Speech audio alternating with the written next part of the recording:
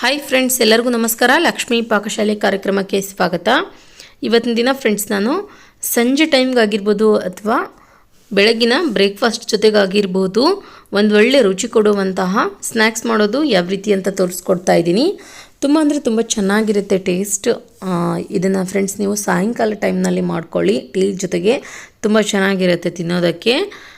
ಬನ್ನಿ ಹಾಗಿದ್ರೆ ಈ ರುಚಿ ಕೊಡುವಂತಹ ಬೋಂಡ ಮಾಡೋದು ಯಾವ ರೀತಿ ಅಂತ ನೋಡೋಣ. ಮೊದಲೇದಾಗಿ ನಾನಿಲ್ಲಿ ಹಲಸಂದೆ ಕಾಳು ಮತ್ತು ಉದ್ದಿನಬೇಳೆ, ಹೆಸರುಬೇಳೆನ ಒಂದು 5 ರಿಂದ 6 ಗಂಟೆಗಳ ಕಾಲ ನೀರಿನಲ್ಲಿ ನೆನೆಸ್ಬಿಟ್ಟಿಟ್ಕೊಂಡಿದ್ದೀನಿ. ಕ್ಲೀನಾಗಿ ವಾಶ್ ಮಾಡಿಬಿಟ್ಟು ನೆನೆಯೋದಕ್ಕೆ ಹಾಕ್ಕೊಳ್ಳಿ. 1 ಕಪ್ನಷ್ಟು ಹಲಸಂದಿ ಕಾಳು ತೊಗೊಳ್ಳಿ. ಅರ್ಧ ಕಪ್ಪು ಉದ್ದಿನಬೇಳೆ ಮತ್ತು ಹೆಸರುಬೇಳೆ ಹಾಕ್ಕೊಳ್ಬೇಕು.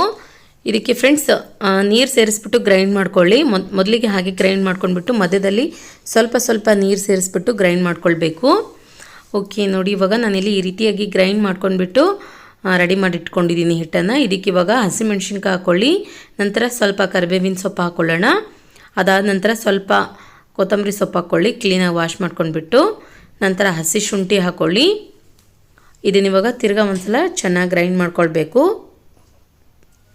ನೋಡಿ, ಇವಾಗ ಈ ರೀತಿಯಾಗಿ ಗ್ರೈಂಡ್ ಮಾಡ್ಕೊಂಡ್ಬಿಟ್ಟು ಹಿಟ್ಟು ರೆಡಿ ಮಾಡಿ ಇಟ್ಕೊಂಡಿದ್ದೀನಿ ನಾನಿಲ್ಲಿ. ಇದನ್ನಿವಾಗ ತೆಗೆದುಬಿಟ್ಟು ಒಂದು ಪಾತ್ರೆಗೆ ಹಾಕ್ಕೊಳ್ಳೋಣ. ತುಂಬ ಚೆನ್ನಾಗಿರುತ್ತೆ ಫ್ರೆಂಡ್ಸ್, ತುಂಬ ರುಚಿ ಕೊಡುತ್ತೆ ಈ ಥರ ನಾವು ಬೋಂಡ ಮಾಡ್ಕೊಂಡು ತಿನ್ನೋದ್ರಿಂದ. ಮತ್ತು ಕಾಳುಗಳಿಂದ ಮಾಡೋದ್ರಿಂದ ನಮಗೆ ಇನ್ನೂ ವಿಟಮಿನ್ ಸಿಗುತ್ತೆ ಕಾಳುಗಳಿಂದ. ಇದಕ್ಕಿವಾಗ ರುಚಿಗೆ ತಕ್ಕಷ್ಟು ಉಪ್ಪು ಹಾಕ್ಕೊಳ್ಳೋಣ. ನಂತರ ಒಂದು ಚಿಟಿಕೆಯಷ್ಟು ಕುಕ್ಕಿಂಗ್ ಸೋಡಾ ಹಾಕ್ಕೊಳ್ಳಿ, ಅಡುಗೆ ಮಾಡೋ ಸೋಡಾ ಪುಡಿ. ಇದನ್ನಿವಾಗ ಚೆನ್ನಾಗಿ ಮಿಕ್ಸ್ ಮಾಡ್ಕೊಳ್ಬೇಕು.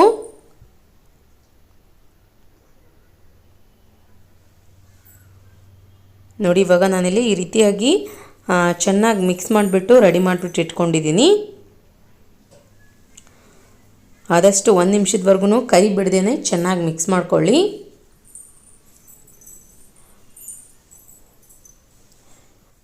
ನಂತರ ಇದಕ್ಕೆ ಇವಾಗ ನಾವು 1 ಮೀಡಿಯಮ್ ಸೈಜ್ ಈರುಳ್ಳಿನ ಸಣ್ಣದಾಗಿ ಹೆಚ್ಚಿಬಿಟ್ಟು ಹಾಕ್ಕೊಳ್ಳೋಣ. ಈರುಳ್ಳಿ ಸೇರಿಸ್ಕೊಂಡ ನಂತರ ನೋಡಿ ತಿರ್ಗಾ ಒಂದ್ಸಲ ಇದನ್ನು ಚೆನ್ನಾಗಿ ಮಿಕ್ಸ್ ಮಾಡ್ಕೊಳ್ಳೋಣ.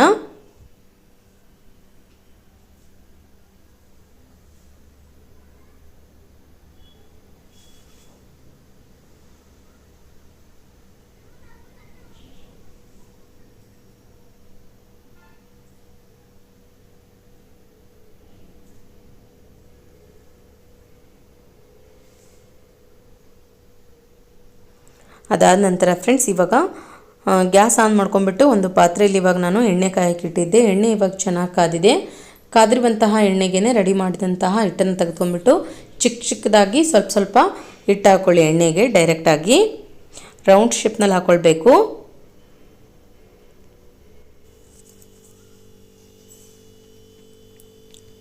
ನೋಡಿ, ಈ ರೀತಿಯಾಗಿ ನಿಧಾನಕ್ಕೆ ಹಾಕ್ಕೊಳ್ಳಿ. ಒಂದೊಂದಾಗಿನೇ ಬಿಡಿಯಾಗಿ ಹಾಕ್ಕೊಳ್ಳಿ. ಇದ್ರ ಜೊತೆಲಿ ಫ್ರೆಂಡ್ಸ್ ನಿಮಗೆ ಬೇಕಂದರೆ ಚಟ್ನಿ ಮಾಡ್ಕೊಳ್ಬಹುದು, ಇಲ್ಲ ಅಂತಂದರೆ ನೀವು ಹಾಗೆ ಕೂಡ ಸರ್ವ್ ಮಾಡ್ಕೊಳ್ಳಿ, ತುಂಬ ಟೇಸ್ಟ್ ಕೊಡುತ್ತೆ. ಪುದೀನ ಚಟ್ನಿ ಮಾಡಿಕೊಂಡ್ರೆ ಇನ್ನೂ ಚೆನ್ನಾಗಿರುತ್ತೆ.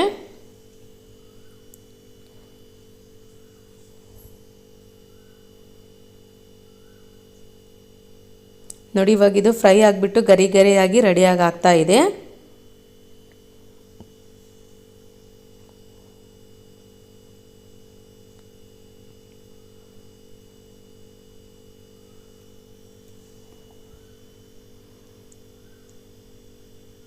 ಇದನ್ನಿವಾಗ ತೆಗೆದುಬಿಟ್ಟು ಒಂದು ಪ್ಲೇಟ್ನಲ್ಲಿ ಹಾಕಿಟ್ಕೊಳ್ಳೋಣ. ಇದೇ ಥರ ಉಳಿದಿರುವಂತಹ ಹಿಟ್ಟಿನಿಂದ ಎಲ್ಲ ಬೋಂಡಗಳನ್ನು ಕೂಡ ರೆಡಿ ಮಾಡಿಬಿಟ್ಟು ಇಟ್ಕೊಳ್ಳಿ.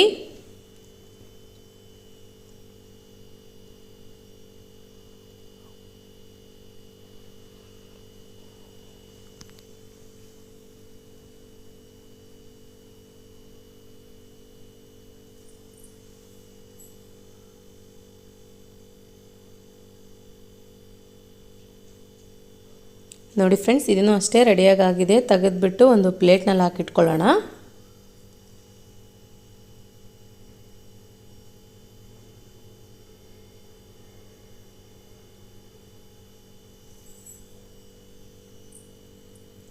ನೋಡಿ, ಇವಾಗ ರುಚಿಕರವಾದಂತಹ ಗರಿಯಾಗಿರುವ ಬೋಂಡ ರೆಡಿಯಾಗಿದೆ. ಮೇಲ್ಗಡೆ ಸ್ವಲ್ಪ ಕರಿಬೇವಿನ ಸೊಪ್ಪು ಫ್ರೈ ಮಾಡಿಬಿಟ್ಟು ಹಾಕಿದ್ದೀನಿ, ಇನ್ನೂ ಚೆನ್ನಾಗಿರುತ್ತಂತ.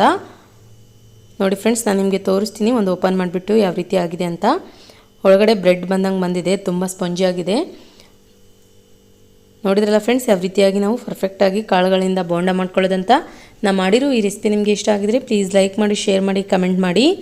ಇನ್ನಷ್ಟು ಈಸಿ ರೆಸಿಪೀಸ್ಗಾಗಿ ನಮ್ಮ ಲಕ್ಷ್ಮಿ ಪಾಕಶಾಲೆ ಚಾನಲ್ಗೆ ಸಬ್ಸ್ಕ್ರೈಬ್ ಆಗೋದು ಮಾತ್ರ ಮರಿಬಾರ್ದು.